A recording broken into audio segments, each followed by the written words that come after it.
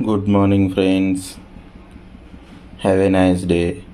ఇగో 2 పాల ప్యాకెట్లు అయితే తెచ్చిన చిక్కటి పెరుగు తోడు పెడుతున్నా. యాక్చువల్లీ మొన్న పెరుగు తోడు పెడితే అది ఏమైంది తెలియదు, 2 చిక్కటిగా చాలా దగ్గరికి తోడు పెట్టాను, తోడవ్వలేదు. అది బై మిస్టేక్లో కల్పన ఫ్రిడ్జ్లో పెట్టేసింది. మళ్ళీ తెల్లారి పెడితే అంత స్మెల్ వచ్చేసింది. అది పడేసి ఈ ఒక బ్రెడ్ ఆ బ్రెడ్ మీద నాకు మిరియాల పాలు తీసుకోవడానికి దగ్గు తగ్గట్లేదు. బ్రెడ్ పెట్టుకొని అయితే తినేసి ఇక గుడ్ నైట్ ఫ్రెండ్స్. లాస్ట్ ఈ రోజుకి టమాటా మిర్చి చట్నీ వేసింది.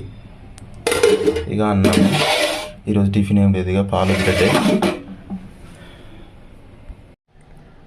హలో ఫ్రెండ్స్, ఇక రేపటి కోసం అయితే దోశకు ప్రిపేర్ చేస్తున్నా. అయితే ఏం దోశ చెప్పుకొని చూద్దాం. ఇక ఇవేంటివో చెప్పండి చూద్దాం. నేను చెప్పకముందే మీరు చెప్పాలి. దోశ బాగుంటాయండి. అసలు ఇంకా ఇలాంటి దోశలు చేసుకున్నప్పటి నుంచి రెగ్యులర్ దోశ చేసుకోవడం మానేసాము. చాలా అంటే చాలా బాగుంటున్నాయి.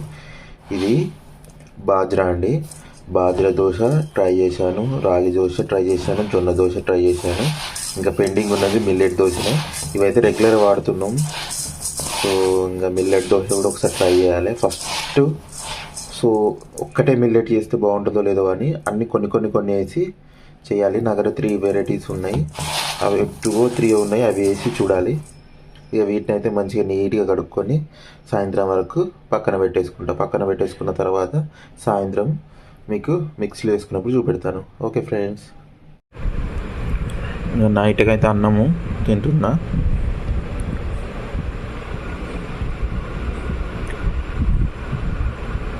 ఎల్లిపాయ కారం ఆమ్లెట్ కలుపుకొని తింటున్నా.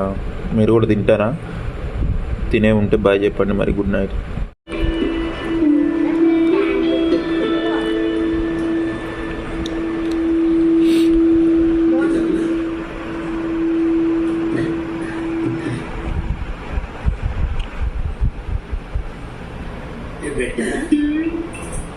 Yeah.